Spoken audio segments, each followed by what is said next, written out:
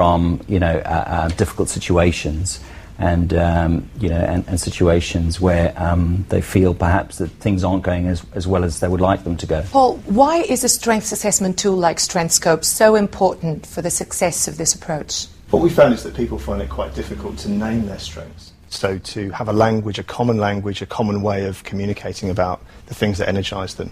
So first of all, providing people with that common framework is something that a strengths assessment tool like StrengthScope can do.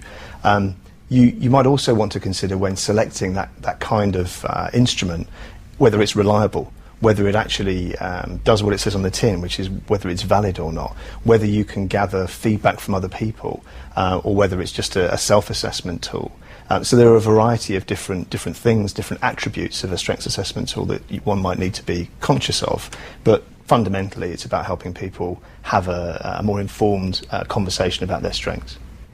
Do you have any tips for us if I want to move my organisation towards a greater focus on strengths? What would you suggest?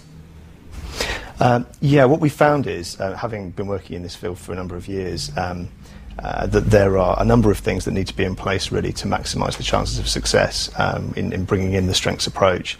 One is to have sponsorship from the top of the organisation, so somebody at board level or thereabouts needs to be bought into it, needs to be a champion for it, and that's going to help give it legs over time.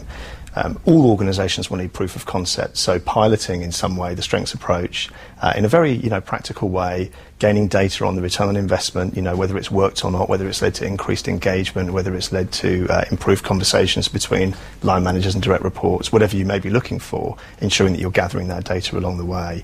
And then a sustainability plan is key, and this is true for any particular change intervention that you want to bring in. Strengths is no different.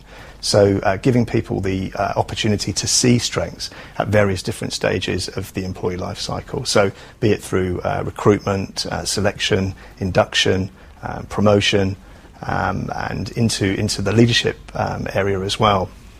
There are all sorts of ways in which strengths can be baked into the organisation's fabric over time. James, how does the strengths-based approach fit in with the competency frameworks of organisations?